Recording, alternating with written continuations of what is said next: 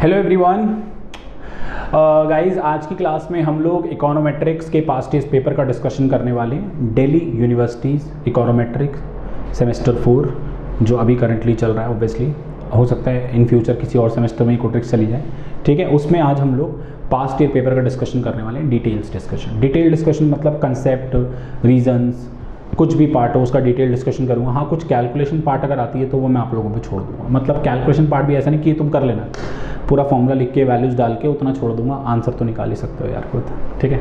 सो detail discussion होने वाले हैं। आई होप काफ़ी बच्चों ने खुद भी ट्राई किया। अगर आप लोगों ने खुद ट्राई किए तब भी आप ये वीडियोज़ देखिए ताकि आप अपने आप को करेक्ट कर पाएँ और हो सकता है मुझे भी करेक्ट कर दें, ठीक है। सो detail discussion of econometrics semester 4 Delhi university, ठीक है।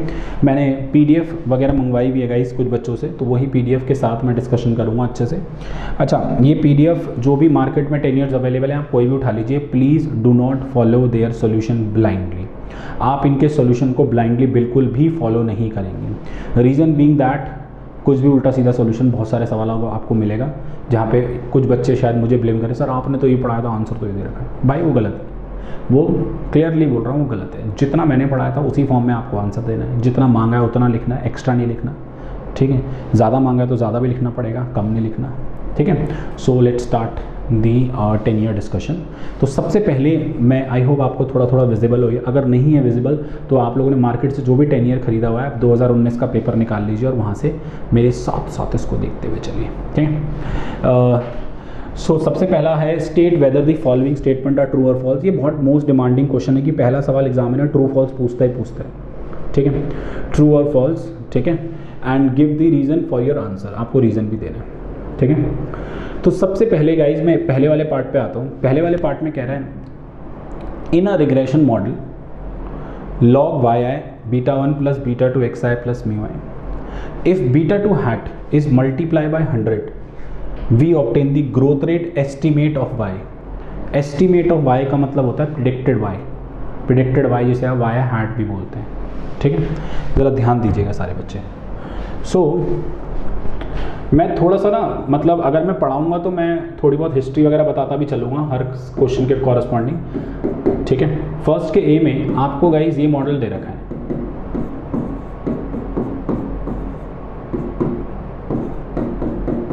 ठीक है। This is the model given you. Now आप सब बच्चों का दिमाग चल जाना चाहिए कि ये जो मॉडल है ये कैसा मॉडल है। इसको कहते हैं लॉग लिन मॉडल, ठीक है। सो ये तो मुझे दे रखी है पॉपुलेशन रिग्रेशन फंक्शन PRF दे रखा है। इसके कॉरस्पॉन्डिंग जो डिटर्मिनिस्टिक SRF होगा वो कुछ इस तरीके का नजर आएगा बच्चों।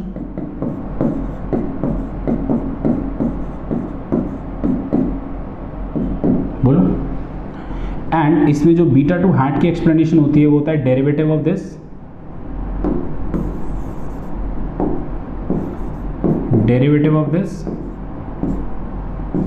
with respect to x which is β2 hat, ठीक है। If you all know the interpretation, मैंने सब आप सबको लॉग लिन में इंटरप्रिटेशन लिखवाई हुई है। किस तरीके से we will write the interpretation बच्चों, ऐसे लिखते थे when x is increases by 1 unit then mean predicted yi और estimate of yi कुछ भी आप यूज़ कर सकते हो जो इन्होंने किया। mean predicted y is increases by β2 hat into 100%। ये इंटू है, हाँ x नहीं है। थोड़ा सा याद करो ग्रोथ रेट का कंसेप्ट क्या था। ग्रोथ रेट होता है वेरिएबल में परसेंटेज चेंज बताना due to the absolute change in another variable. आप लोगों ने, मुझे नहीं पता आपको सेमेस्टर 1 MME याद है नहीं याद है, बट मैंने आप लोगों को उसमें ग्रोथ रेट पढ़ाया हुआ है, जहाँ पे मैंने आपको ग्रोथ रेट का मीनिंग ये बताया था कि relative change in one variable मतलब derivative of log due to absolute change in another variable. और फिर उसको 100 से मल्टीप्लाई करते थे। जैसे 0.05 आए, 0.09 आए तो उसको 5%, 9%, कुछ इस तरीके से हम लोग बोलेंगे, ठीक है। तो β2 hat को 100, so I am getting the estimate of y in terms of percentage, है ना।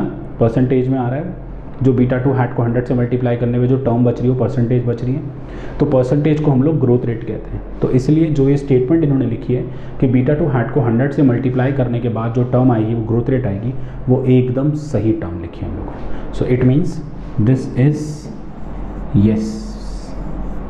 तो फर्स्ट पार्ट का ए हो गया हमारे पास यस, ठीक है। Now let's move to the second part, ठीक है। सेकेंड पार्ट ये आ गया बच्चों, कह रहा है इन रिग्रेशन। देखो आप सबके पास इसका 10 ईयर्स, मैंने किसी स्टूडेंट से लिया, उसने भी अगर कुछ सोल्यूशन किया तो सॉरी बच्चे, मैं आप पे भी रिलाई नहीं कर रहा, मैं आराम आराम से अपने आप करूँगा, ठीक है। बी पार्ट में कह रहा है आपको in regression through origin model the conventional computed R square may not be meaningful. सुनो, regression through origin model, first का B part, regression through origin model में, थोड़ा सा मॉडल अगर लिखूं तो कुछ इस तरीके का होता है, ठीक है। जो कन्वेंशनल आर स्क्वायर होता है उसका फॉर्मूला कुछ ऐसा होता है, summation small x I Y I का square upon summation small x आई स्क्वायर और summation small Y. Please examiner को दिखा देना, small x I is capital X I minus X bar and small Y I is capital Y I minus Y bar. Please examiner को दिखा देना। And raw R square होता है ये, ठीक है। Now what you need to write in the regression through origin model, in, मैं इसके बाद की लाइन लिख रहा हूं, in regression through origin model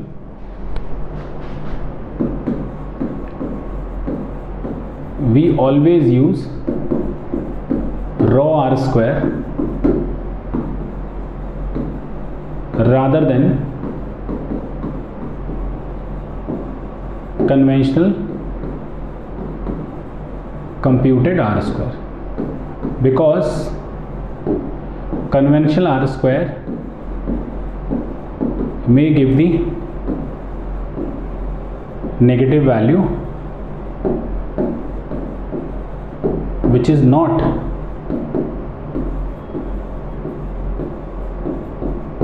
meaningful.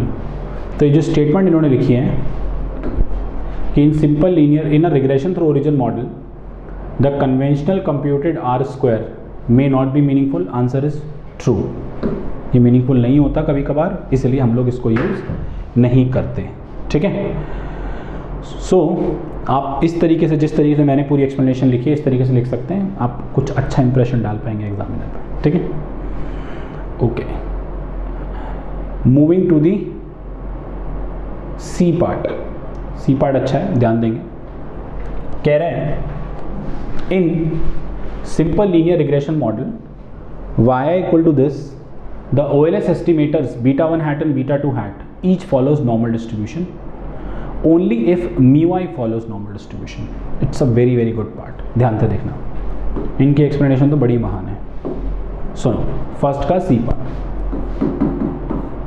कह रहे हैं mu I follows normal implies beta 2 hat and beta 1 hat also follows normal. ये क्वेश्चन मार्क है, हमें यही बताना ट्रू है या नहीं, ठीक है। ध्यान से सुनना गाइस, बीटा 2 हैट क्या होता है अगर आपको थोड़ा सा याद हो, बीटा 2 प्लस समीशन के आई म्यू आई, ठीक है। So as we can see that beta 2 is constant, ki is constant correspond to mu i, and सब कुछ लीनियर फॉर्म में चल रहा है। अगर मैं इसको पूरा ओपन करना चाहूँ k1 μ1 plus k2 μ2 plus k3 μ3 इस तरीके से चलेगा। सो जिसमें मतलब अगर मैं बोलना चाहूँ, ये लिखते नहीं है किताब वाले कभी इस एक्सपेक्टेशन के साथ कि बच्चे तो ये जानते हैं। अब यार ये तो थोड़ा बहुत मुझे पता है कि तुम लोग को कितना पता है, तो आप सबको पता है ये जो सिर्फ रैंडम वेरिएबल्स यहाँ पे म्यू है और जिसके ऊपर पावर 1 है तो वो कि लीनियर है। तो जब भी हमें लीनियर भी प्रूफ करना होता है तो लीनियर प्रूफ करने के लिए हम लोग ये मेथड यूज़ करते थे, मतलब इतने पार्ट तक अगर हम आ जाएं तो हम उसको लीनियर बोल देते थे। सो अब कहानी गाइज ये निकल कर आती है कि हम लोगों को बीटा टू हैट बताना है, क्या जो म्यू आई का डिस्ट्रीब्यूशन होगा वही बीटा टू हैट का डिस्ट्रीब्यूशन होगा। सिंस ऐसे नहीं,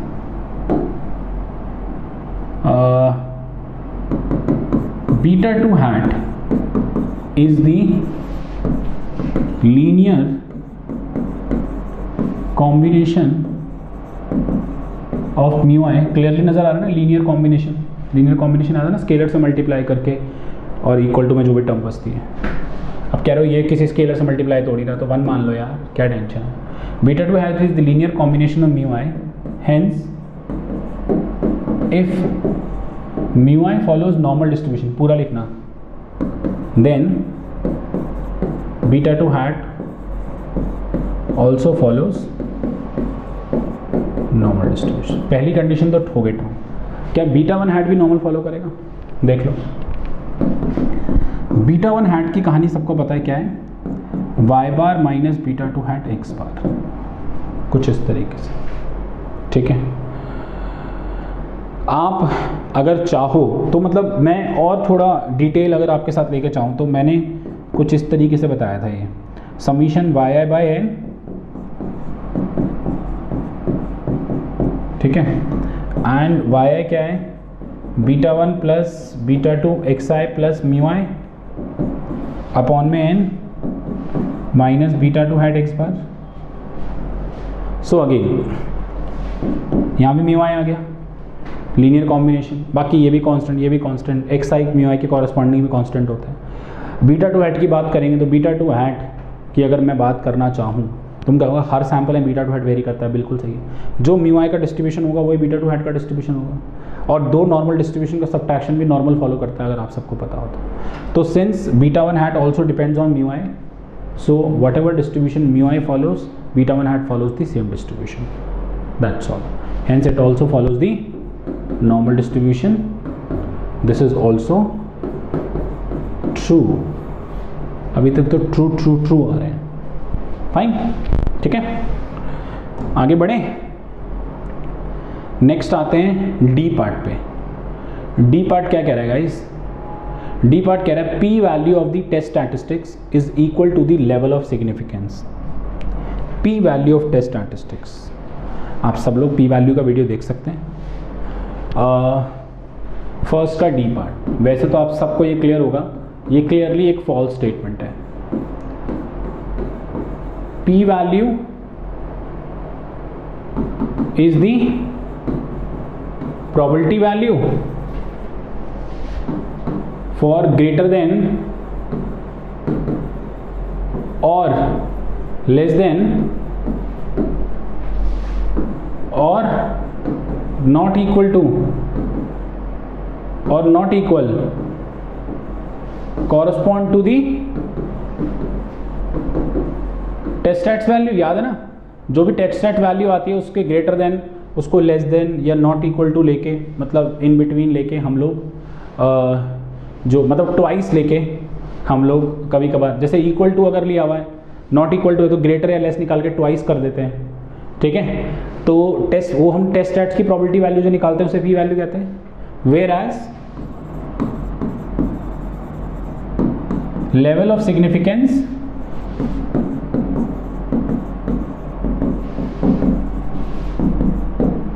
is the prob value correspond to the critical value। ये correspond to the test stats value होता है, correspond to the critical value होता है। test stats और critical value दोनों अलग अलग होती हैं। so p value और level of significance सेम कैसे हो सकते हैं? this is clearly false, ठीक है। okay,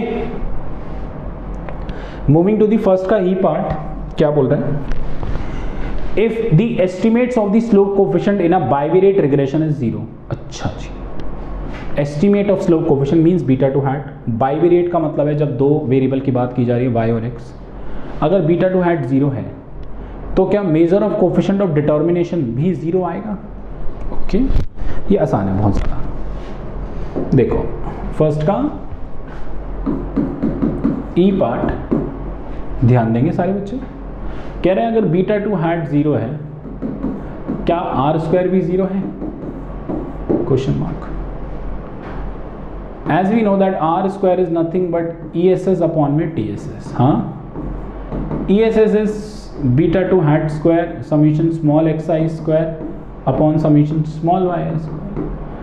So if beta 2 hat is 0, then r square is also 0. Hence true, hence proof. ठीक है? So the statement is true. Okay? So I believe all the true false are done from my side. अब इसके बाद हम आगे बढ़ते हैं. Okay guys, now let's move to the second question. Second का ए पार्ट डुएबल है. I hope सारे बच्चों ने, काफ़ी बच्चों ने ट्राई किया होगा. मैं आपको बता देता हूँ. समीशन कैपिटल एक्स दे रखा है, समीशन कैपिटल वाई दे रखा है, summation capital x why they रखा है, समीशन कैपिटल एक्स स्क्वायर दे रखा है, समीशन कैपिटल वाई स्क्वायर दे रखा है और एन दे रखा है. बीटा 1 हैट बीटा 2 हैट मांगे, 95% कॉन्फिडेंस इंटरवल मांगे for the slope coefficient of beta 2 and R square मांगा है. मैं आपको ना क्वेश्चंस पूरा थोड़ा सा डिटेल में इस तरीके से लिख देता हूँ कि आप खुद इसको कर पाओगे. ठीक है. सेकेंड का ए, ठीक है, आपको समीशन एक्स दे रखा है 1680, समीशन वाई दे रखा है 1110, समीशन एक्स वाई दे रखा है 20400. ये सब कैपिटल है बच्चों. हाँ, बट इन भाई साहब लोगों ने स्मॉल मान के कर दिया इसको. समीशन कैपिटल एक्स स्क्वायर दे रखा है 315,400. प्लीज़ आप लोग इसे खुद कीजिएगा. ठीक है, मैं आपको पूरा का पूरा बता दूंगा कि किस तरीके से करना. समीशन वाई स्क्वायर 1 4 टाइम्स 3 और फिर 0. आई बिलीव 4 टाइम्स 3 फिर 0 और एन 10 दे रखा है. ठीक है. कह रहा है यूजिंग ओ एल एस. सबसे पहले पार्ट में बीटा 1 हैट और बीटा 2 हैट निकालने. सो बीटा 1 हैट और बीटा 2 हैट निकालने के लिए आई वुड रिक्वेस्ट एवरीवन, सबसे पहले एक्स बार निकाल लो which is summation X by N and Y bar निकाल लो which is summation Y by N. ठीक है. उसके बाद समीशन एक्स समीशन वाई है, एन भी आपके पास. बीटा 2 हैट का फॉर्मूला होता है कि summation x Y minus N x bar Y bar upon summation X square minus N x bar square. Guys X Y भी दे रखा है, एक्स बार वाई बार आप निकाल लोगे, एन भी दे रखा है, समीशन एक्स स्क्वायर भी दे रखा है और एन एक्स बार स्क्वायर वगैरह आप पुट कर लोगे आराम से. ठीक है. Similarly how you will find beta 1 hat बच्चों. Beta 1 hat is Y bar minus में बीटा 2 हैट एक्स बार. वो भी आराम से डुएबल है. ठीक है. उसके बाद सेकेंड आपसे कॉन्फिडेंस इंटरवल मांगे हैं of beta 2. So confidence interval of beta 2 not hat. Confidence interval of beta 2 निकालने के लिए यार क्या करना पड़ता है हमें बीटा 2 हैट चाहिए होगा, वो हमारे पास है, प्लस उसका स्टैंडर्ड एरर चाहिए होगा. अगर आप standard error of beta 2 hat देखें, क्योंकि सिग्मा नहीं है तो फॉर्मूला है सिग्मा हैट अपॉन समीशन, एक सेकेंड रुकिएगा,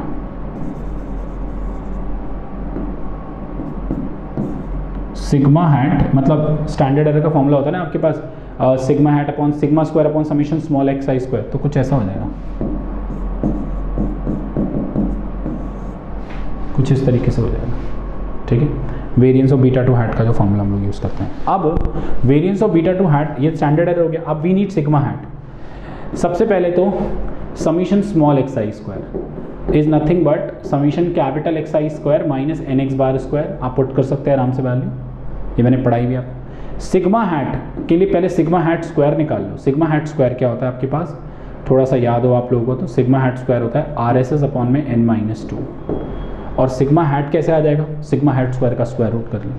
सो आर एस एस का जो फॉर्मूला होता है गाइस, आर एस एस का एक फॉर्मूला आप सबको पढ़ाया मैं, summation y square beta 1 hat summation y minus beta 2 hat summation x y. कुछ इस तरीके का फॉर्मूला होता है. ठीक है. फाइन. आर एस एस का. ठीक है. ओके. आप लोग को अगर थोड़ा बहुत याद हो कुछ इस तरीके का फॉर्मूला, छोटी मोटी अगर मिस्टेक मैंने कर दी तो माफ़ी दे देना, ठीक है, हो सकता है फॉर्मूला भूल गया हो। सो आर एस एस यहाँ पुट करोगे, n 10 है, सिग्मा हैट स्क्वायर आएगा, सिग्मा हैट स्क्वायर से सिग्मा हैट आएगा स्क्वायर रूट करके, एंड उसके बाद बीटा 2 के कॉन्फिडेंस इंटरवल कैसे निकलेंगे, सी आई ऑफ बीटा 2, फॉर्मूला होगा बीटा 2 हैट माइनस कितने परसेंट पे निकाला, 95% पे, सो t 0.025, 8 into standard error of beta 2 hat comma beta 2 hat plus t 0.025, 8 into standard error of beta 2 hat.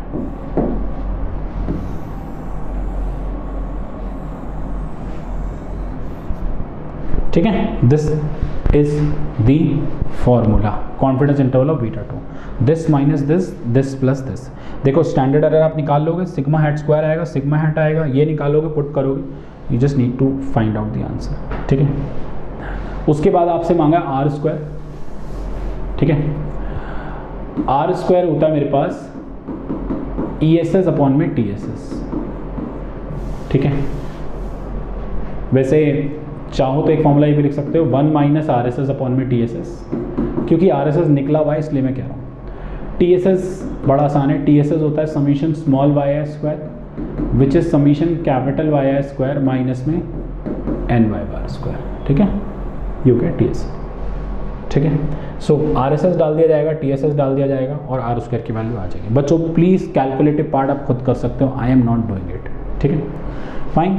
तो सेकेंड का A part is done from my side. अब हम आगे बढ़ते हैं। ओके गाइज, सेकेंड के अगले पार्ट पे आते हैं, बी पार्ट पे। B part is quite relates, not relates to econometrics, ये बेसिकली हाइपोथेसिस का क्वेश्चन है। सो कर लेते हैं, कोई दिक्कत नहीं है।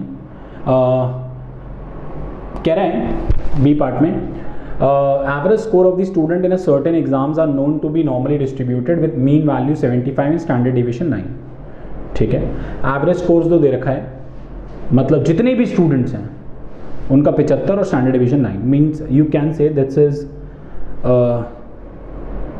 Average score of students certain known to be normally with mean this, मतलब पूरी पॉपुलेशन का मीन और स्टैंडर्ड डिवीजन। कह रहे हैं some coaching classes claim that it is possible to increase this average score. कुछ कोचिंग क्लासेस कहते हैं हम इस एवरेज स्कोर को बढ़ा सकते हैं with an additional use of their study material. Additional study material देने से कभी मार्क्स नहीं बढ़ते, पढ़ने से बढ़ते हैं, बट ठीक है। It is believe that score with additional study material would remain normally distributed with sigma 9। ठीक है, तो जो स्कोर रहेगा वो नॉर्मली डिस्ट्रीब्यूटेड रहेगा with sigma 9। Let mu denote the true average score of the student when an additional material is use. ठीक है, जब एडिशनल मटेरियल यूज होता है तो म्यू 75, बेसिकली 75 माना गया है म्यू, जो हमें दे भी रखा है, जो ओवरऑल पॉपुलेशन मीन है। मैंने यहाँ तुम्हें देख के बता दिया था ये ओवरऑल पॉपुलेशन मीन है, reason being that because there is no sample size correspond to that. हाँ, कह रहा है what are the appropriate null and alternative hypothesis. ठीक है, सो सेकंड का बी पार्ट कर रहे हैं ना। सो एच नॉट में म्यू इज 75 और एडिशनल मटेरियल के साथ इंक्रीज कर सकते हैं, so mu is greater then 7। This is I believe doable. ये बी का फर्स्ट पार्ट हो गया। सेकेंड पार्ट आता है, क्या कह रहे हैं, let x bar denote the sample average score for 25 randomly selected student. ठीक है जी, सैंपल मीन मतलब 25 रैंडम स्टूडेंट निकाले कोचिंग क्लास में से और उनका मीन एक्स बार मान लिया गया। Consider the test procedure with test statistics x bar and rejection region is, कब होगा, जब एक्स बार 77.9 से बड़ा या बराबर होगा। What is the probability distribution of the statistics when H naught is true? What is the probability of type 1 error? ठीक है, H naught true में क्या probability distributions आप लोगों का बन सकता है और type 1 error की probability भी उसने हमसे मांग ली है। मैं आपको थोड़ा सा ऐसे ही रिकॉल करा देता हूँ चीज़ों को। So how do we find the probability? How do we write the probability distribution correspond to the H naught is true? ध्यान से देख लीजिए। आप सबको पता है इसको ट्रू फॉल्स करने के लिए जो हम डिस्ट्रीब्यूशन यूज़ करते हैं, जो हम बेसिकली एन आपको 25 दे रखा है। ठीक है, जो हम लोग डिस्ट्रीब्यूशन यूज़ करते हैं वो एक्स बार का डिस्ट्रीब्यूशन यूज़ करते हैं। ठीक है, so in the question it is given to us कि it is believe that with score with additional study material would remain normal distributed, मतलब वो नॉर्मली डिस्ट्रीब्यूटेड रहेगा विद सिग्मा 9, ठीक है, इररिस्पेक्टिव सैम्पल साइज कुछ भी हो वो नॉर्मली फॉलो करेगा, ठीक है। और इस केस में जब कुछ चीज़ नॉर्मल फॉलो करती है, इसके कॉरस्पॉन्डिंग जो मैं टेस्टिंग करता हूँ एक्स बार को लेके करता हूँ। सो अगर मैं एक तरीके से एक्स बार को नॉर्मल फॉलो कराना चाहूँ, correspond to this to be true, so वो क्या होगा, expectation of X bar into में वेरियंस ऑफ एक्स बार, और एक्सपेक्टेशन ऑफ एक्स बार सबको पता है म्यू के इक्वल होता है guys, which is nothing but 75, and variance of X bar क्या होता है, sigma square by N, sigma square है 81 और n है 25, ठीक है, सिग्मा स्क्वायर 81 है ना, सिग्मा इज 9 तो सिग्मा स्क्वायर इज 81, ठीक है। वैसे सिग्मा बाई रूट n होता है ना, तो मैंने स्क्वायर कर लिया यार। सो ये वैल्यूज आप यहाँ पुट कर दोगे आराम से। उसके बाद मैं अगर इसका थोड़ा सा नॉर्मल डिस्ट्रीब्यूशन का डायग्राम बनाऊँ तो this is a pure right tail test. हाँ, इस राइट टेल टेस्ट में अगर हम बात की जाए, हमने बोला है यहाँ पे आपको पता है z वैल्यूज़ होती हैं, बट कह रहा है अगर x बार 1 77.9 से बड़ा या बराबर हुआ तो हम लोग रिजेक्ट करेंगे।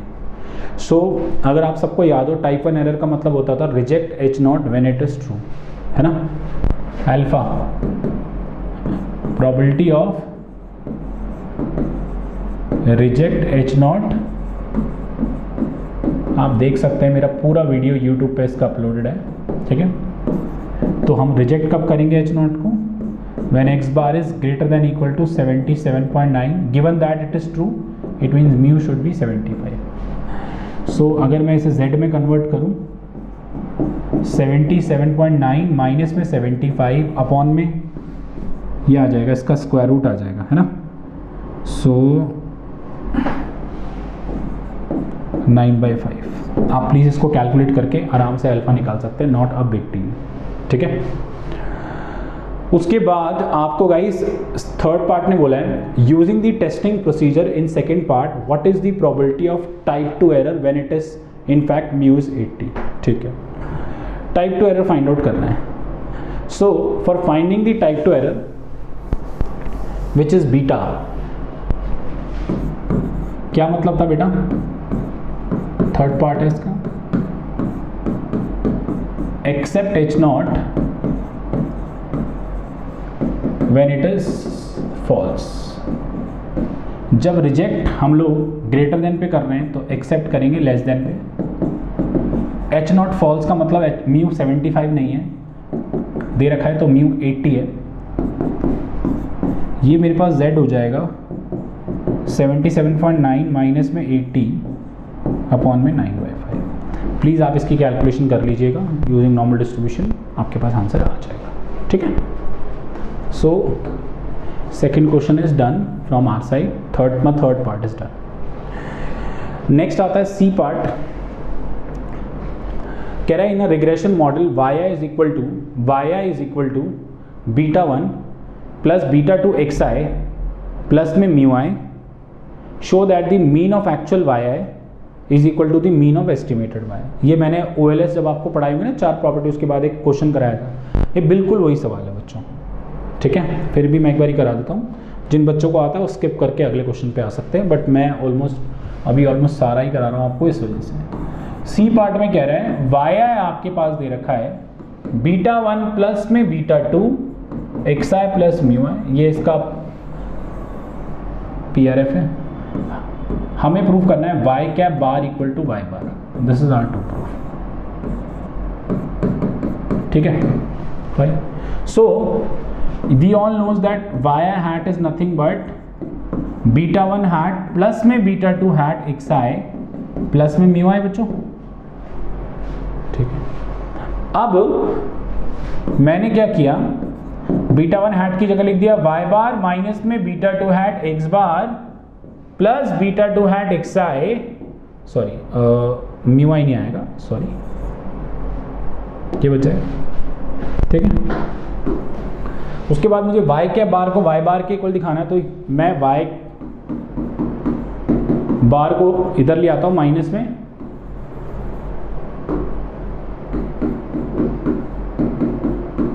और राइट से बीटा 2 कॉमन लूँगा तो एक्स आई माइनस एक्स बार बचेगा। ठीक है ना बच्चों, मेरी बात ध्यान से सुनना। आपके पास Y hat minus Y bar equal to ये टर्म्स दे रखी हैं। मैंने क्या किया, अब मुझे ये दोनों टर्म्स साथ में चाहिए तो मैं चाहता हूँ ये टर्म वैनिश हो जाए। तो वैनिश के लिए मैंने बोथ साइड समीशन ले लिया, taking summation both the side. तो summation Y hat minus Y bar beta 2 hat summation x आई माइनस एक्स बार, इसको लिख सकते हैं summation Y hat minus summation Y bar. और ये सबको पता होना चाहिए, sum of deviation from respective arithmetic mean is always equal to 0। So दोस्तों ये हो जाएगा 0। नाउ समीशन वाई हैट, इसको मैं एन वाई बार बोल सकता हूँ।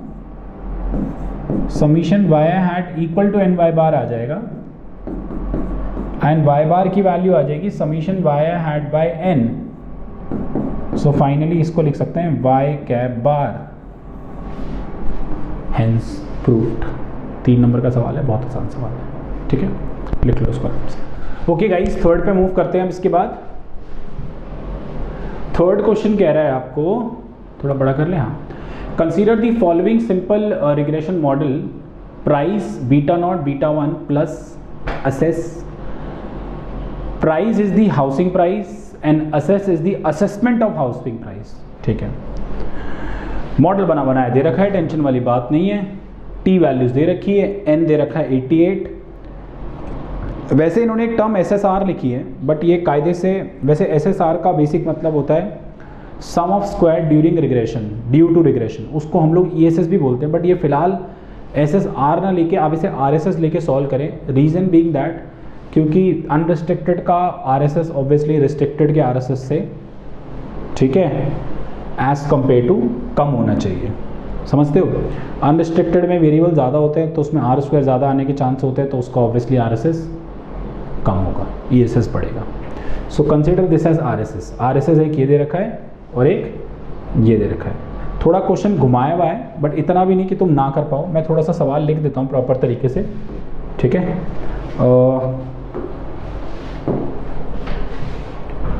प्राइस इज इक्वल टू -14.3 का ए का फर्स्ट पार्ट।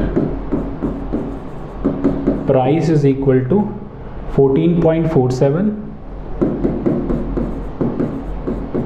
प्लस 0.976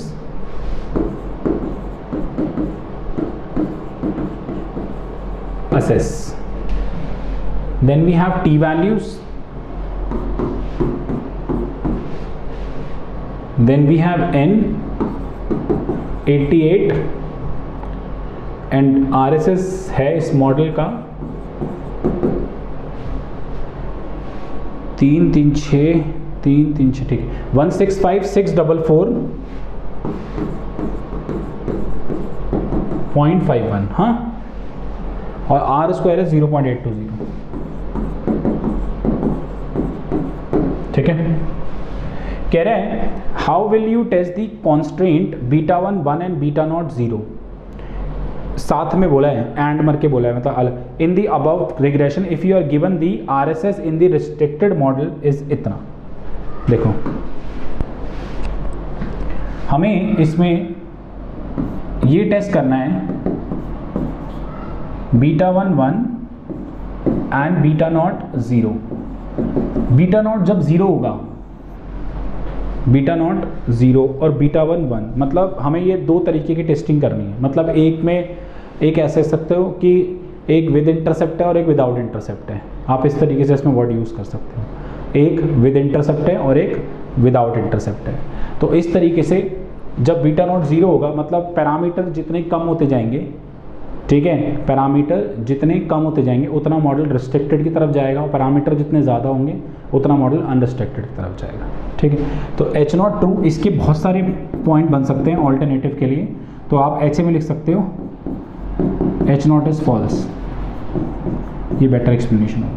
ठीक है, आपको इस वाले RSS को अनरिस्ट्रिक्टेड का मान लो क्योंकि ये पूरे ओवरऑल मॉडल का है, और इस केस में जो RSS है वो आपको कितना दे रखा है बेटा, 209,448.99, ठीक है। RSS R 209,448.99 कुछ शायद से ऐसे ही है, ठीक है। सो इस केस में टेस्ट स्टैटिस्टिक्स मैंने आपको जो लिखवाई है ना, अगर आपको याद हो F लिखवाई थी, जो कि कुछ इस तरीके से लिखाई थी, R² UR minus R² R, कुछ इस तरीके से लिखवाई थी अपॉन M, और फिर 1 माइनस R² UR अपॉन में n माइनस के, कुछ इस तरीके से लिखवाई थी। अगर इसको तुम RSS की फॉर्म में लिखना चाहते हो तो फॉर्मूला कुछ इस तरीके से होता है, RSS R minus RSS UR upon में RSS UR, इस पूरे के अपॉन में M, इस पूरे के अपॉन में n माइनस के। You have all the RSS values with you, put कर सकते हो, पहली बात। उसके बाद उल्टा देखो, जो चीज़ बड़ी होती है UR, आप चाहो तो इसे ESS अपॉन TSS की तरह सॉल्व करोगे तो ऐसा ही कुछ बन जाएगा, या इसे 1 minus RSS upon UR upon TSS लिखोगे, इसे 1 माइनस RSS अपॉन क्या नाम है R अपॉन लिखोगे, माइनस माइनस प्लस हो जाएगा। तो R² के फॉर्मूले को रिप्लेस करोगे ना यहाँ पे तो आपको मिल जाएगा यार, not in terms of RSS अगर रिप्लेस करते हो R² के फॉर्मूले को। M आप सबको पता है, M स्टार्टिंग में तो ऑब्वियसली नंबर ऑफ रिस्ट्रिक्शन आप लोगों ने दी है, यहाँ पे β1 1 एंड β0 0 2 की दे रखी है, ठीक है। ओके, K भी आपके पास 2 है और N आपके पास 88 है। क्रिटिकल वैल्यू मतलब 2 पैरामीटर की रिस्ट्रिक्शन दी ना आप लोगों ने एक तरीके से। Critical value is F alpha comma M comma n minus, ठीक। चेक कर लो, मतलब वैल्यूज निकालो, कैलकुलेट करो यार। M का कंसेप्ट ये होता है ना, जितने पैरामीटर की रिस्ट्रिक्शन होती है एक साथ, ये 1 और ये 0 होना चाहिए, ठीक है। इसको लिखो, मतलब देखो मैंने तुम्हें रिस्ट्रिक्टेड जो पढ़ा रखा है ना कायदे से, रिस्ट्रिक्टेड मैंने तुम्हें इस तरीके से पढ़ा रखा है कि वेरिएबल्स कम होते जाते हैं, बढ़ते जाते हैं रिस्ट्रिक्शन, बट ऐसा कुछ नहीं है। कभी कभार मतलब this is the restriction they put, so if this restriction does not hold then that comes under unrestricted model, that's all. So हो सकता है एग्जामिनर इस तरीके से घुमा के दे दे। ऑब्वियसली आप सबके लिए थोड़ा सा नया सा सवाल था, बट अगर ये रिस्ट्रिक्शन दे रखे तो इस रिस्ट्रिक्शन के हिसाब से you have to solve the question, ठीक है। ओके गाइस, तो थर्ड के सेकंड पार्ट में मूव करते हैं, फर्स्ट से रिलेट करता है।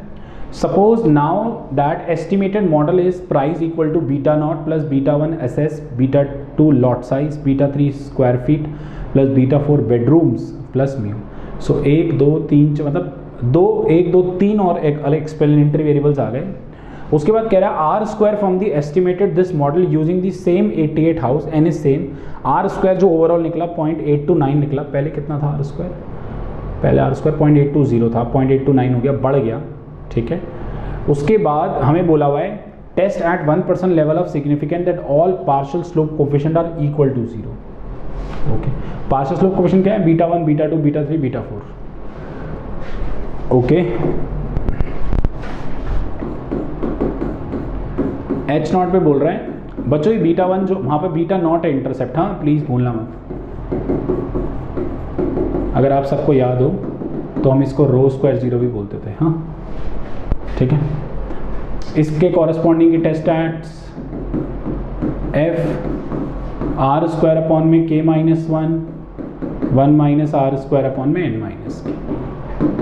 R² इज 0.829, K अब हो गया कितना 5, इंटरसेप्ट भी तो है, n 80 है -5। Critical value guys F alpha comma K -1 n minus के। यार ये सब आप कर सकते हो, not a big deal. I hope ये 10 ईयर वही देख रहा हो जिसने पहले इकोट्रिक्स पढ़ रखी हो। ये नहीं कंसेप्ट पढ़ा नहीं है कुछ भी और डायरेक्ट 10 ईयर कर लेते हैं, सर काम हो जाएगा। हाँ तुम लोगों का काम ज़रूर हो जाएगा, बहुत ही अच्छा वाला पेपर में, ठीक है। ओके बच्चों, बी पार्ट आपको करने की ज़रूरत नहीं है, ये स्टैटिस्टिक्स का क्वेश्चन है। तो ये उस साल का इकोट्रिक्स का पेपर है जब एस्टिमेशन हाइपोथेसिस वगैरह भी सिलेबस का पार्ट हुआ करते थे, बट वो आप स्टार्ट से पढ़ चुके हैं, तो no need to do that question. Okay, now moving to the C part. अच्छा सवाल है सी पार्ट, कंसेप्चुअल सवाल है।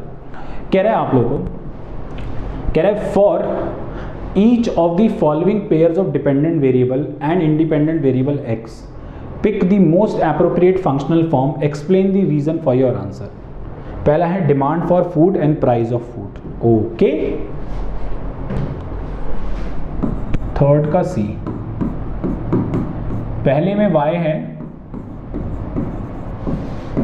Demand for food and x है प्राइस फॉर फूड।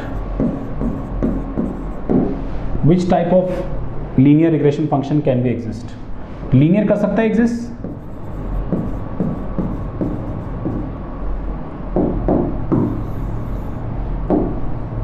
इसमें मेरे ख्याल से अलग अलग पार्ट एग्जिस्ट कर सकते हैं। इसमें लीनियर रिग्रेशन मॉडल कर सकता है exist? Linear regression model can exist as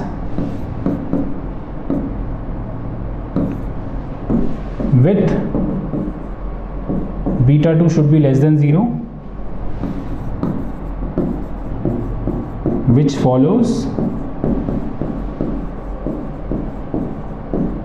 demand law, है ना। और log log model can also follow, log log ही पढ़ा है ना हमने इसमें, can exist where beta 2 can represent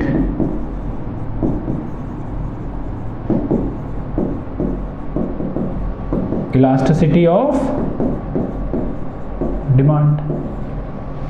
बोलो, ठीक है, फाइन। कहने को तुम और भी कुछ करवा लो, कोई दिक्कत नहीं, बट एक्सप्लेनेशन अच्छी दे देना, ठीक है। बट मेरे हिसाब से these two are sufficient। अगला है AFC एंड आउटपुट। हाँ, AFC और आउटपुट तो हमने पढ़ा ही है, रेसिप्रोकल में यूज होता है, याद करो। y AFC and x output work as reciprocal model लिख सकते हैं इसके कॉरेस्पॉन्डिंग। क्या कहते हो? Beta 1 plus beta 2 by x plus mu कर लो, चलो। y reciprocal model would be exist, लिख देना। For infinite level of output there must be certain amount of fix cost, sorry average fix cost. For infinite level of output, there will be certain amount of या certain quantity of या basically certain amount of average fixed cost।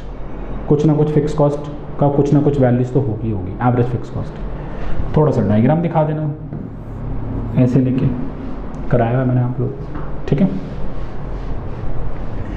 Next है population in India and excess time, है ना। Population in India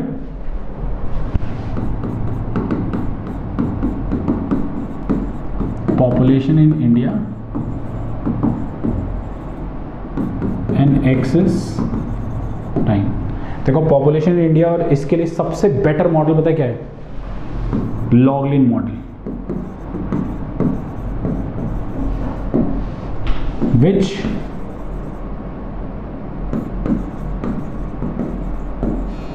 shows the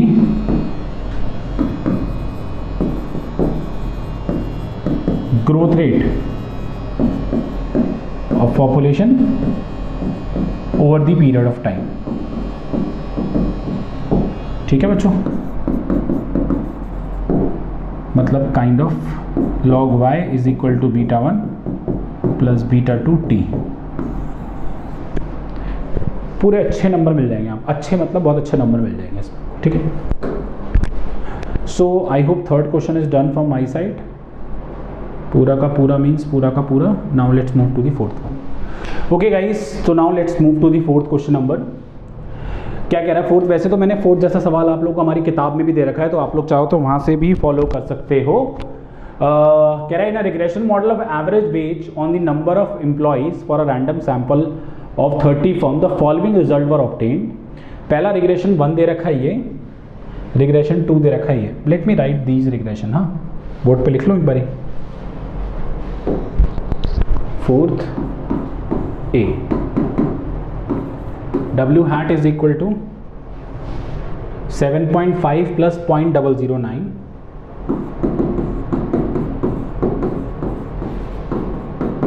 ठीक है।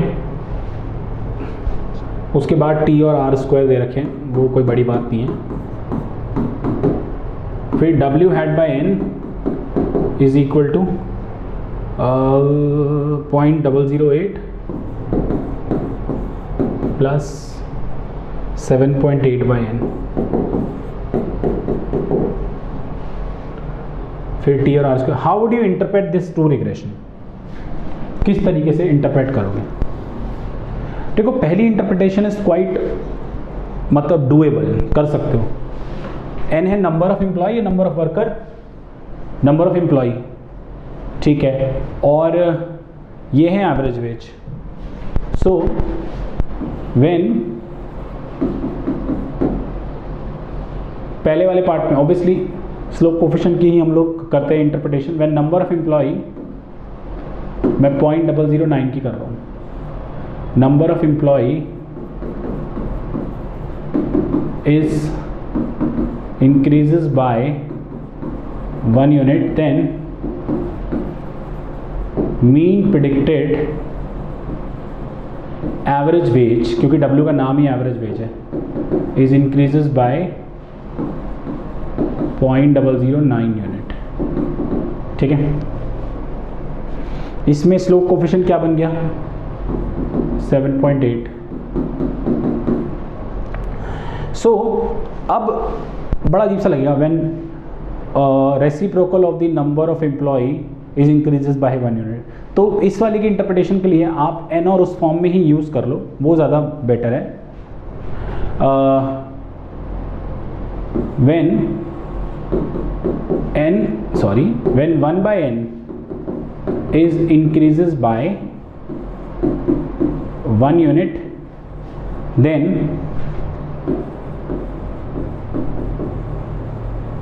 mean predicted W by n,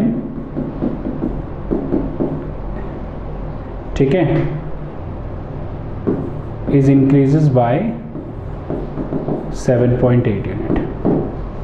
ठीक है, fine, I hope ये क्लियर हो आपको अच्छे से। सो ये तो हो गया इंटरप्रिटेशन।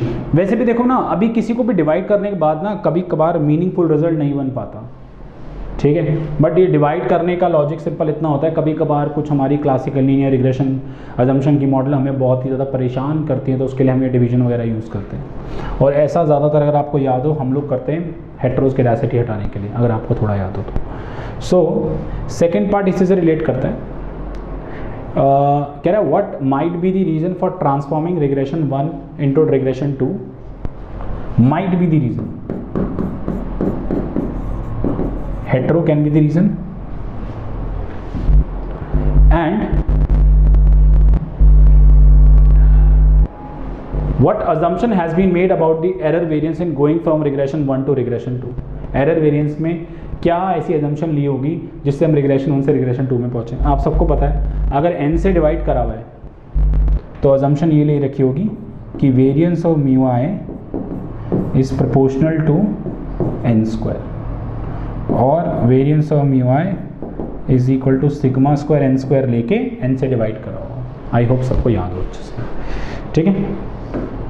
उसके बाद तीसरा part, can you relate the slope and intercept term of two model? Yes, आप लिख सकते हैं। जब हम अभी तो देखो ये एसआरएफ दे रखा है, बट मैं थोड़ा सा अगर तुम्हें पीआरएफ से याद दिलाऊं, एक छोटा सा एग्जांपल लेना बच्चों, अगर मैं पीआरएफ से तुम्हें याद दिलाऊं, अगर मेरे पास ये अजम्पशन है तो तुम एक्सआई से डिवाइड अगर करते हो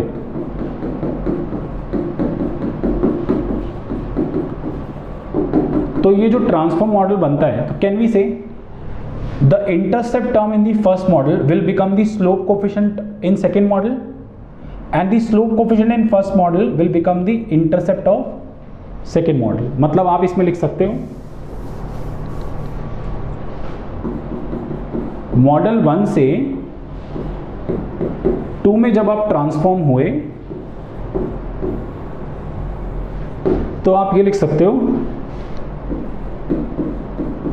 slope coefficient of second model, sorry first model लेते हैं, will become the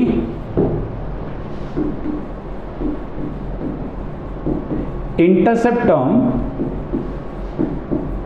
of second model and vice versa. ठीक है, फाइन। एंड नेक्स्ट है, कुछ बच्चे कहेंगे सर यहाँ तो ये सेम नहीं आ रहे, ये तो अलग अलग आ रहे। यार ये तो SRF है ना, ये तो SRF में तो ऑब्वियसली अलग अलग आएगा। PRF के पर्सपेक्टिव से आपको आंसर करना है। बाकी आप देख भी सकते हो, अप्रोक्सीमेटली तो सेम ही है ना, आसपास तो आ ही रहे। नेक्स्ट है, can you compare the R square of two model? Please, R square of two model cannot be comparable because dependent variable are not into the same form. This is the part you have to write. ठीक है, not difficult as such. इसको लिख लो आराम से, आगे बढ़ते हैं फिर। ओके गाइस, फोर्थ का बी पार्ट आपने नहीं करना, ऑब्वियसली स्टैटिस्टिक्स का है, वो आपके सिलेबस में नहीं है। बी पार्ट ना करके let's move to the C part.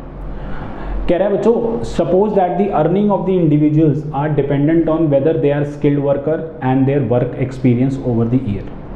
जो इंडिविजुअल की अर्निंग है वो डिपेंड करती है कि वर्कर कितने स्किल्ड होंगे एंड उनके वर्क एक्सपीरियंस पे।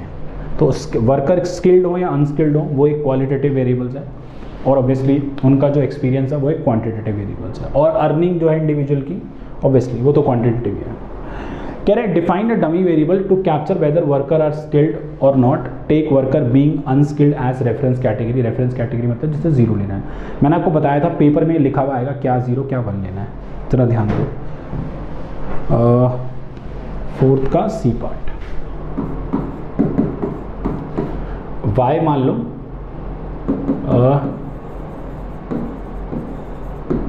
अर्निंग ऑफ इंडिविजुअल है ना। फाइनली द फर्स्ट पार्ट में बोला है डमी डिफाइन करो, सो डमी DI ले लो, ठीक है, जिसमें 1 और 0 कंसीडर कर लो। फाइन, क्वालिटी ऑफ वर्कर आप लिखना चाहो तो लिख सकते हो, स्किल्ड है अनस्किल्ड है। This is for skilled and this is for unskilled. पहला पार्ट सिर्फ इतना बोला हुआ। Second, derive a model which is linear in parameters, मतलब लीनियर इन पैरामीटर्स में all beta should be power 1 होनी चाहिए, वो तो कोई दिक्कत वाली बात नहीं है।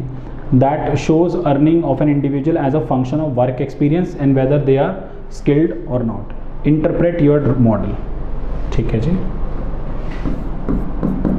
सो XI एक वेरिएबल ले लो, वर्क एक्सपीरियंस और वर्कर, ये था ना, ठीक है। सो मॉडल कुछ ऐसा नजर आएगा, YI is equal to β1 plus β2 DI plus β3 XI। बस चाहो तो एक्सपेक्टेशन फॉर्म में अलग अलग भी इंटरप्रेट कर, मतलब बता सकते हो। When DI is 0 then we have this, and when DI 1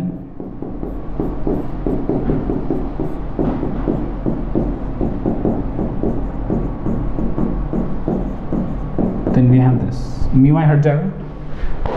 अब इंपॉर्टेंट बात ये इंटरप्रिटेशन बोली, आप सबको मैंने इंटरप्रिटेशन लिखवाई हुई है। जैसे β2 का मतलब क्या है, difference between the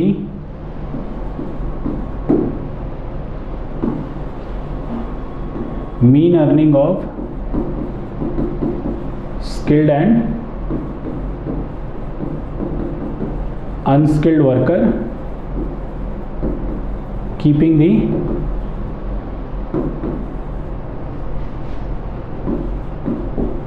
work x constant,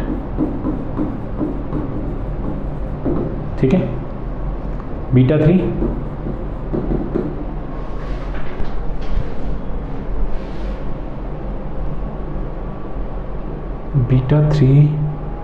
ये लिखा है इन्होंने भी कुछ ऐसा, ठीक है।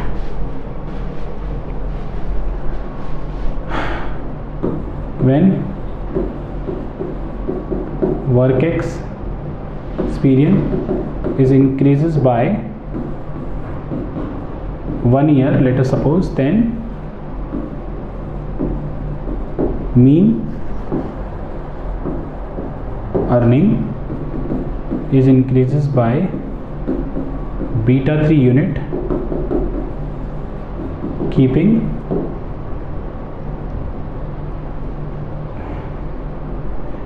the quality of worker constant, अगर आपने इसे क्वालिटी माना है तो।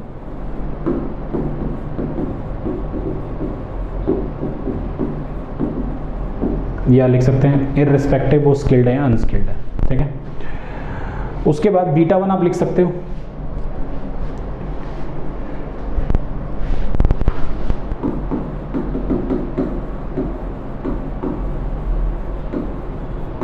Mean earning of individual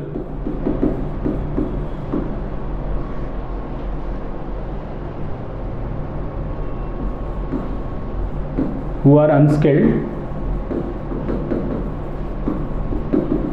with 0 year experience, ठीक है। ये मैंने करवाए में बच्चों आपको बुक में, प्लीज़ आप चेक कर सकते हैं, ठीक है। अगले पार्ट में कह रहे हैं, कहाँ गया यार अगला पार्ट, ये now assume that there is an interaction between the skilled of the worker and their work experience. How would the model second change interpret the new model, ठीक है। now interaction आ गया, how the model look like, expectation form में लिख दूँ, DIXI beta 1 beta 2 DI beta 3 XI beta 4 DIXI, ठीक है। उसके बाद मॉडल को दो अलग अलग पार्ट में डिवाइड करो, एक बारी DI 0 लो, सो बीटा 1 प्लस में बीटा 3 XI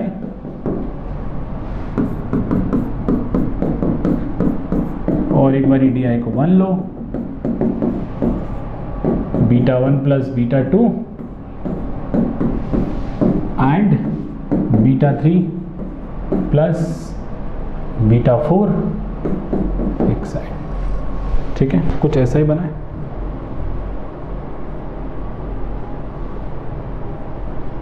बिल्कुल ऐसे बना है, ठीक है।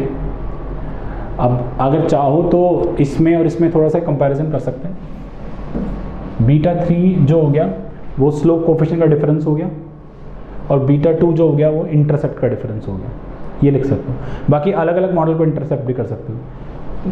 For unskilled worker when work experience increase by 1 year, then obviously average earning increase by beta 3 unit. For skilled worker, when work experience increases by 1 year, then average earning increases by this much of unit. तो इसका इसमें इतना increase हो रहा है, इसमें इतना increase, इनका स्लोप कोफिशिएंट इतना है, इसका इतना है, तो differential slope intercept, difference between the slope intercept slope coefficient क्या हो जाएगा, बीटा 4 हो जाएगा, सॉरी बीटा 3 नहीं होगा, बीटा 4 हो जाएगा, अगर मैं दोनों का डिफरेंस करना चाहूँ, the difference between the slope coefficient, ठीक है। बाकी मैं नहीं चाहता आप बिल्कुल ये वाला लिखो, मेरे हिसाब से अलग अलग मॉडल को अलग अलग डिफाइन कर लो। इस मॉडल को डिफाइन कर लो, for unskilled worker when work experience by 1 year, then mean earning of the individual increases by beta 3 unit. For a skilled worker, when work experience by 1 year, then mean salary increases by this much of unit. That's all. ठीक है, I don't want कि बहुत छोटा छोटा सा लिखो तुम लोग, ठीक है। आप इस तरीके से, this is the better presentation. बाकी beta 4 difference between the slope coefficient भी लिख सकते हैं, ठीक है। इसके बाद आगे बढ़ते हैं। Okay guys, 4th is done. Now moving to the 5th question. देखिए 5th वन क्या कह रहा है, कह रहे the result of the logarithm regression of demand for foods, the result of the logarithm regression of demand for foods की demand depend कर रही है price and personal disposable income पे। लॉग क्यूटी दे रखा है आपको, ये स्टैंडर्ड एरर्स दे रखे हैं आपको, ये फाइन। उसके बाद 1 2 3 एन आपको दे रखा है, ये R² दे रखा है, डर्बिन वाटसन वैल्यू दे रखी है, क्यू पी वगैरह वैल्यूज आपको गिवन है। पहले एक बारी मैं पूरा का पूरा लिख दूँ फंक्शन। हाँ, लॉग फिफ्थ का sorry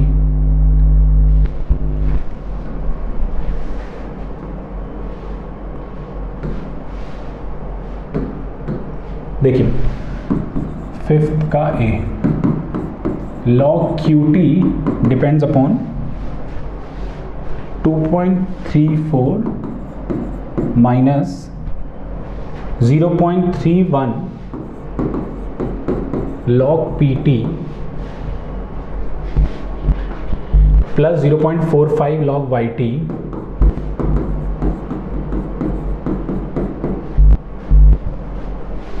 plus 0.65 log qt minus। Guys lagged आ गया, लैग्ड। स्टैंडर्ड एरर 3 ही दे रखे हैं, एक सेकेंड रुकिएगा गाइज। 0.0196 ठीक है। तो इस स्टैंडर्ड एरर जो 3 दे रखे हैं स्लोप कोफिशिएंट के कॉरस्पॉन्डिंग लिख लो 0.05। वैसे पेपर में बहुत ही सिस्टमैटिक तरीके से मिलेंगे 0.20 0.14।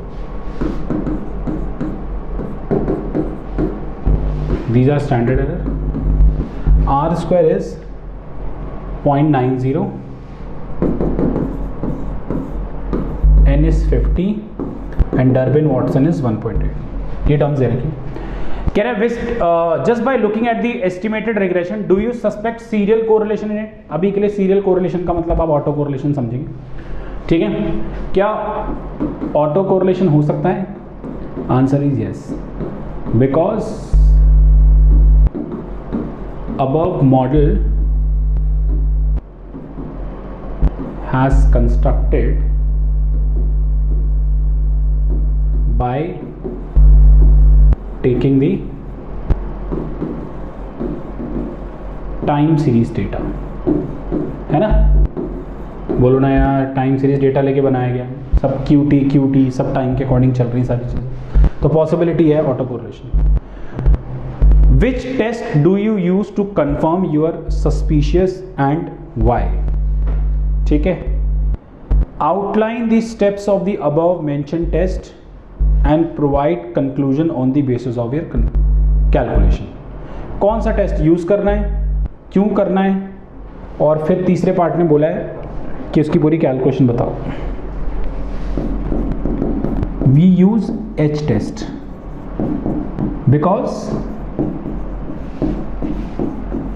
one of the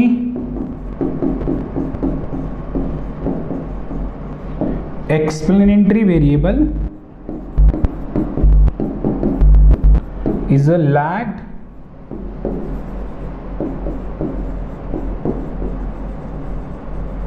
dependent variable। हाँ ठीक है। उसके बाद थर्ड पार्ट में टेस्टिंग कर लो। No auto, auto test stats क्या होती है इसकी? Z होती है अगर आपको याद हो तो, ठीक है। रो हैट n/1 - n, अगर ये β1 है, β2, β3, β4 तो variance of β4 hat. Rho hat Durbin Watson से निकल जाएगा। डर्बिन इट्स का 1.8 था, आप सबको पता है डर्बिन क्या होता है, twice of 1 - rho hat, so rho hat is 1 - d/2। यहाँ डालोगे रो हैट, वे n दे रखा है, वेरिएंस इसका स्क्वायर कर लोगे और z टेस्टिंग के थ्रू z∝/2 लेके 2 टेल टेस्ट करके बता दोगे ऑटो है या नहीं है। करा हुआ है आप लोगों ने, आप चेक कर सकते हैं, ठीक है। सो आई बिलीव ये आसान सवाल था बच्चों।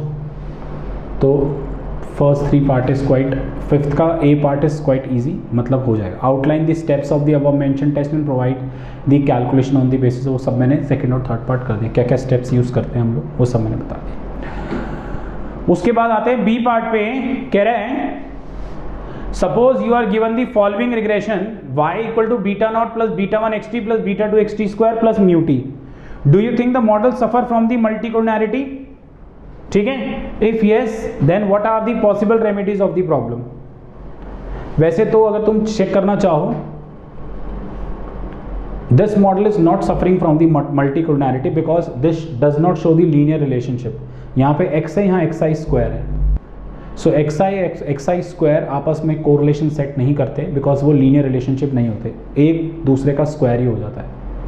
ठीक है, तो this will not showing any type of multicollinearity because we have a relationship between x t and x t square which does not show the linear relation.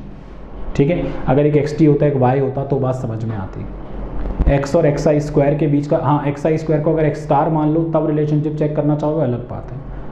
ठीक है, बाकी इसके रेमिडियल मेजर आप सबको पता है यार, वो आप लिख सकते हो, कोई बड़ी बात नहीं है। ठीक है, मतलब यू कैन राइट दी, मतलब लाइक इसके रेमिडियल मेजर वो आपको पढ़ाया है मैंने अच्छे से, यूट्यूब पे भी अपलोडेड है इसका वीडियो।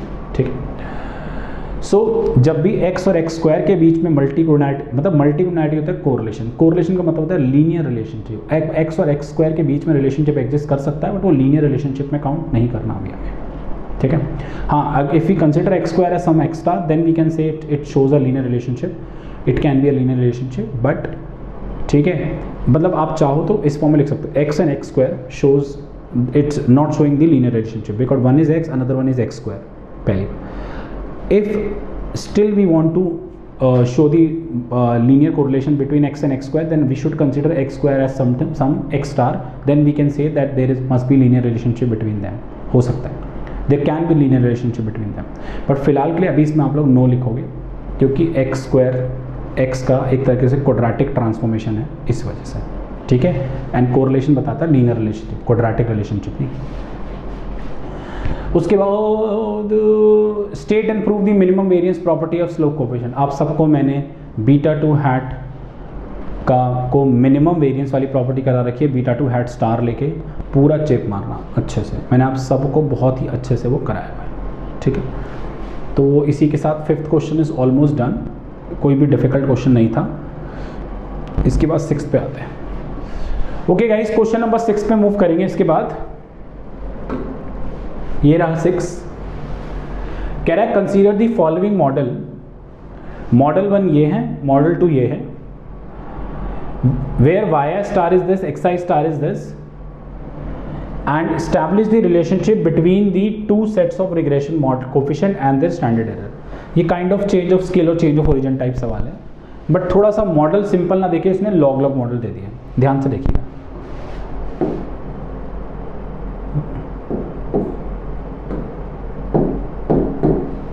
देखिए 6 का ए, मॉडल 1 है log Y star is equal to alpha 1 plus alpha 2 log x I star. मैं थोड़ा टाइम लगाऊंगा इसे कराने के लिए, ठीक है। And model 2 log y is equal to beta 1 plus beta 2 log x I plus mu आई, ठीक है। अब instead of having simple linear regression model there are log log model given to you. अब तुम्हें कुछ ओरिजिन स्केल से related कुछ terms दे रखी। पहली, अगर बोला हुआ है कि जो वाई स्टार है वो W1 वाई आई है और जो एक्स आई स्टार है वो W2 X I. Now we can see we don't have the Y और एक्स का linear relationship, we have a Y और एक्स का लॉग लॉग रिलेशनशिप। तो let's take log both the side. So from the log model prospective, अगर सिर्फ और सिर्फ log model के प्रोस्पेक्टिव से मैं इस क्वेश्चन को देखूं, हाँ मैं सिर्फ और सिर्फ लॉग मॉडल के प्रोस्पेक्टिव से इस सवाल को देखूं, consider this has whole variable, तो एक तरीके से मेरे पास चेंज ऑफ ओरिजिन आ रखे हैं। ओरिजिन से तुम्हें याद हो इंटरसेप्ट अफेक्ट करता है बट स्लोप कोएफिशिएंट नहीं करता, बाकी स्टैंडर्ड एरर वगैरह भी इफेक्ट नहीं करते अगर तुम्हें थोड़ा सा याद हो तो, ठीक है। बट मैं थोड़ा सा और डिटेल में करा देता हूँ आपको, देखिए मेरा ध्यान से। एक काम करते हैं, अलग अलग वेरिएबल ले लेते हैं, थोड़ी आसानी हो जाएगी। लेट क्योंकि हमसे मांगे क्या relationship between the two sets of regression coefficient and their standard errors. ठीक है, लेट कर लेते हैं log y as m and log xi as n, mi और ni, and definitely log y star as mi star, ताकि थोड़ा linear relation, मतलब तुम लोगों को चीज़ें थोड़ी आसान समझाने के लिए और पुराने से रिलेट भी हो जाएगा अच्छे से। ठीक है, इसके बाद हम क्या कर रहे हैं, मॉडल कुछ इस तरीके से देखेंगे। मॉडल नंबर जो 1 है वो आएगा mi star on ni star, और मॉडल नंबर 2 जो आएगा वो आएगा mi on ni।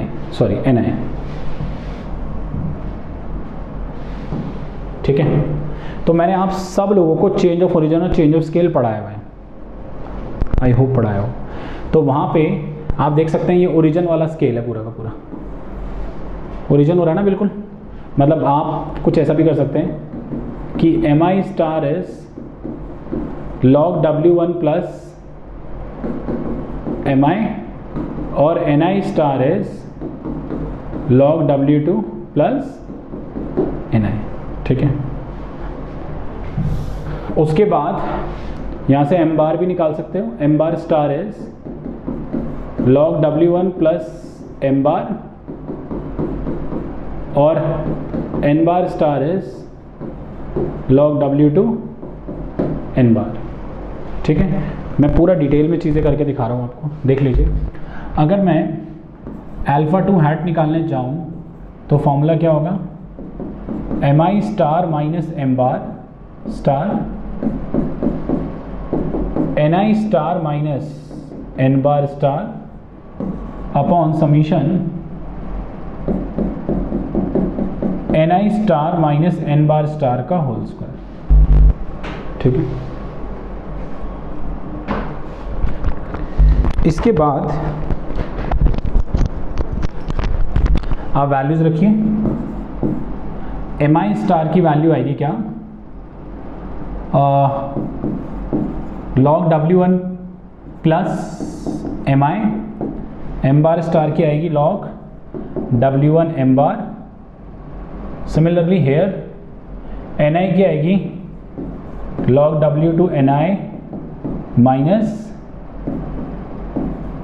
log w2 n bar upon log w2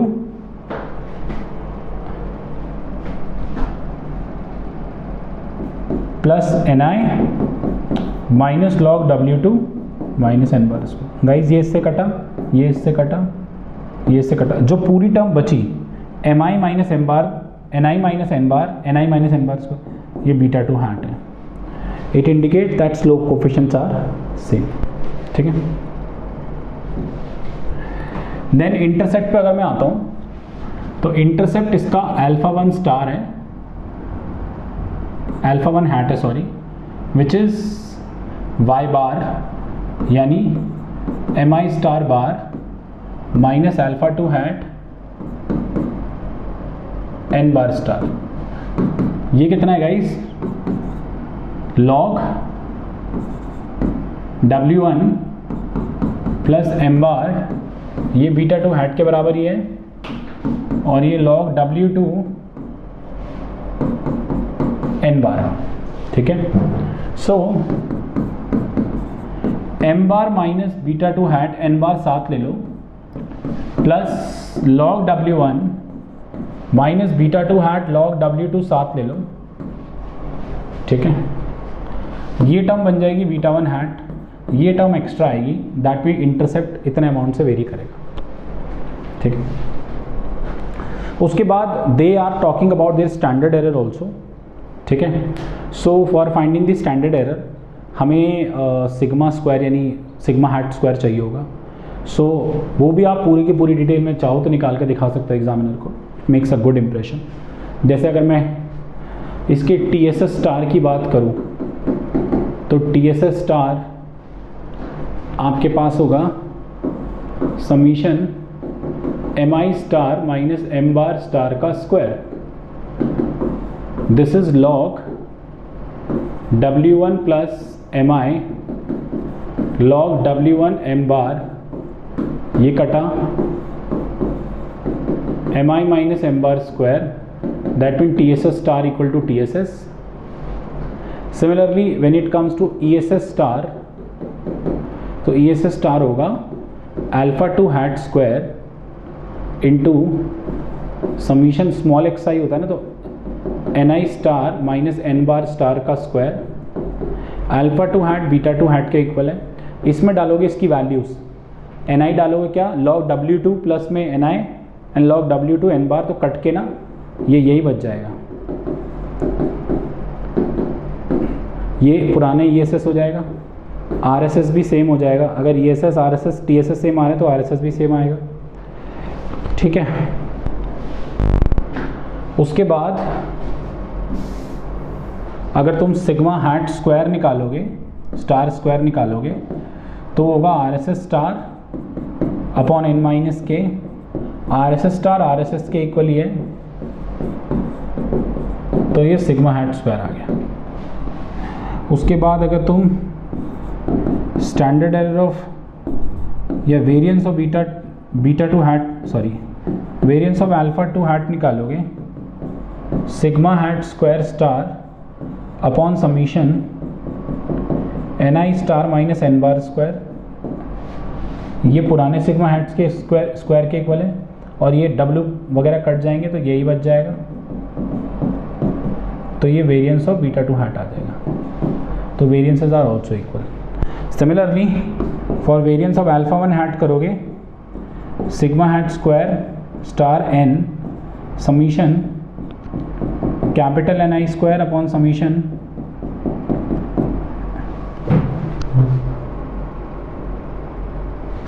capital xi square upon summation small xi square होता है ना फॉर्मूला.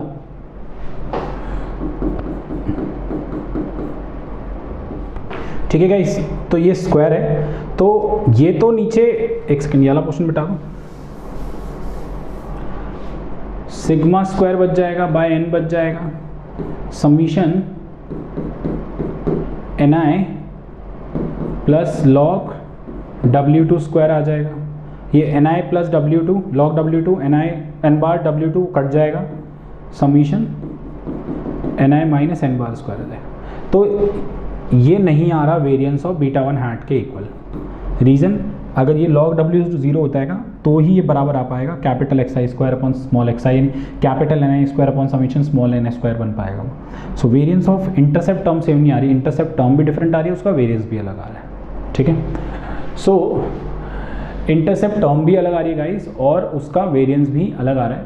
बात करते हैं उसके बाद कौन सा पार्ट इसने बोला हुआ है. उसके बाद ही भाई साहब कह रहे हैं कि is the R square different between the two model. आप लिख दोगे क्लियरली नो, लिख सकते हो, देखो ऐसे लिख सकते हो. अगर मैं आर स्क्वायर स्टार की बात करूं तो क्या होगा, ESS स्टार अपॉन में TSS स्टार, और ESS स्टार ESS के इक्वल है, TSS स्टार TSS के इक्वल है, तो आर स्क्वायर. और वैसे भी तुम बताया R square change of origin से कभी भी नहीं करता. ठीक है, इसको लिख लो, फिर आगे बढ़ते हैं. ओके गाइस, सिक्स के बी पार्ट पे मूव करते हैं. क्या कह रहा है ज़रा देखिएगा सारे के सारे. सिक्स का बी पार्ट. ठीक है, सिक्स के बी पार्ट में कह रहा है आपसे कि suppose the CLRM applies to this regression through origin model, find the slope coefficient in the regression of y on x. Suppose now we have a regression x on y, is the slope coefficient of regression x on y is an inverse of regression of y on x. बहुत difficult है. देखो six का B, बेटा पहला model है ये. ठीक है, इसमें बीटा टू हैट निकालना है. तो आप सबको पता है इसका जो ये होता है, इसमें समीशन EI स्क्वायर, ये बच्चों कराया हुआ है रिग्रेशन थ्रू ओरिजिन में डेरिवेशन, आप प्लीज़ फॉलो कर सकते हैं.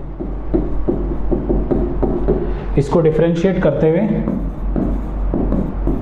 With respect to beta two hat 0 रख के बीटा टू हैट का फॉर्मूला ये निकलता है. सब कुछ कैपिटल में. ओके, उसके बाद इसके सेकंड पार्ट में कह रहा है सपोज अगर रिग्रेशन y ऑन x की जगह x ऑन y हो तो slope coefficient x on y on x वाले का इन्वर्स होगा या नहीं होगा। मतलब इसके सेकंड पार्ट में कह रहा है अगर इक्वेशन ये है गामा 2 इंस्टेड ऑफ बीटा 2, मैं काम कर रहा हूँ गामा नहीं लिख रहा हूँ, मेरा गामा कभी कभी टेढ़ा बन जाता है, आई एम यूजिंग लैम्डा 2, हाँ सम वी आई, ठीक है। अब इसमें जो लैम्डा 2 हैट आएगा क्या वो बीटा 2 हैट का रेसिप्रोकल होगा, वो चेक करना है। Let's check, let's find. So guys इसका जो सैंपल काउंटर पार्ट है, इसका जो SRF है नॉन डिटर्मिनिस्टिक, वो लिखता है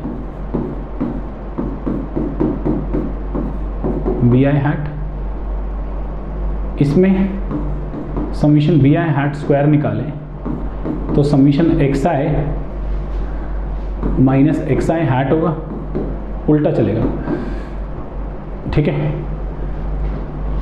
एक्स आई हैट क्या है guys, lambda 2 hat y i, ठीक है।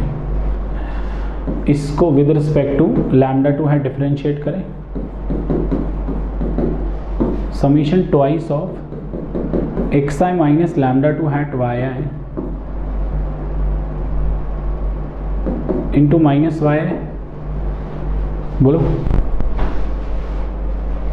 इसके बाद -2 summation x I Y i lambda 2 hat y i square, ठीक है।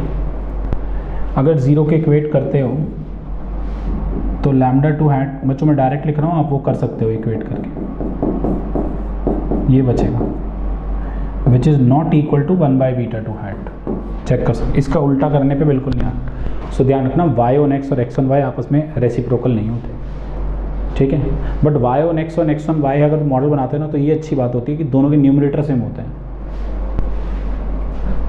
डिनोमिनेटर में जहाँ x है वहाँ y आ जाएगा, that's all, that is all. ये ध्यान रखना, हो सकता है अभी किसी और पेपर में सवाल आपको मिल जाए, ठीक है। तो सिक्स्थ का B is also done. Now guys sixth का सी पार्ट वैसे आपको लगेगा कि बहुत ज़्यादा ही बड़ा है, बट क्वेश्चन में कुछ है नहीं खास। Using the data on the compensation per employ in the $1000 and average productivity in $1000, तो compensation depends upon the average productivity for a cross sectional 50 firms for the year 1958 the following regression result were obtained. ये model बना। Since the cross sectional data included, तो heterogeneous unit आ गई, heteroscedasticity was likely to be present, the Park test was performed for the following result of auxiliary regression were obtained। एक park test के लिए log EI square को एक तरीके से इस पे हम लोगों ने क्या नाम है डिपेंड कराया, इसको लेके रिग्रेशन मॉडल बनाया, टी वैल्यूज वगैरह सब दे दी, बढ़िया। Use the result of auxiliary regression to check the model indeed suffer from heteroscedasticity, perform the test at 5% level of significance. मतलब सब दे दिया यार, पार्क टेस्ट का मॉडल बनाया, मैंने बताया था आपको, पेपर में गिवन नहीं आएगा। तो सिक्स्थ के सी पार्ट में H0 में तो नो ऑटो ले लो, सॉरी नो हेट्रो ले लो या होमोस्केडासिटी ले लो, और HA में हेट्रो ले लो। पार्क टेस्ट लगा रहे हो तो उसके स्लोप कोफिशिएंट की टेस्टिंग करते हैं, तो मैंने वही H0 पे, जब स्लोप कोफिशिएंट 0 होगा तो होमोस्केडासिटी, नॉन 0 होगा तो हेट्रो। टी वैल्यूज दे रखी है, कितनी है टी वैल्यू जेरी -0.667। सो टेस्ट स्टैट्स दे रखा है -0.667, क्रिटिकल वैल्यू निकाल लीजिए T 0.025, 50 - 2 48, दो वैल्यूज मिलेंगी आपको यहाँ पे। ये वैल्यू देखिए यहाँ लाई करती है, यहाँ लाई करती है, यहाँ करती है तो H0 एक्सेप्ट, अदरवाइज रिजेक्ट। बहुत आसान है यार, बहुत ज़्यादा आसान है, सच्ची बता रहा हूँ। अब पढ़ा नहीं है पार्क टेस्ट तो वो एक अलग बात है। सेकंड कह रहे हैं what could be the possible remedies of heteroscedasticity, बिल्कुल करना मेरा बेकार है। याद है हेटेरोस्केडासिटी के रेमेडियल मेजर दो होते हैं, when sigma square is known and when sigma square is not known. Not known में भी when proportional to X I और proportional to X I square, सब छाप मारो, ठीक है। So guys from my side this paper is done, and मुझे नहीं लगता जो बच्चे चैप्टर्स मेरे पढ़ के बैठे हैं, बुकलेट करके बैठे हैं, उन्हें बहुत ज़्यादा दिक्कत हुई होगी इस पेपर को समझने में। आई होप नॉट, दिक्कत नहीं हुई होगी, ठीक है। सो 2019 is done from my side. अब नेक्स्ट टाइम इससे पीछे के पेपर मैं आपको और भेजूँगा। आज के लिए इतना ही। Thank you so much. नमस्ते।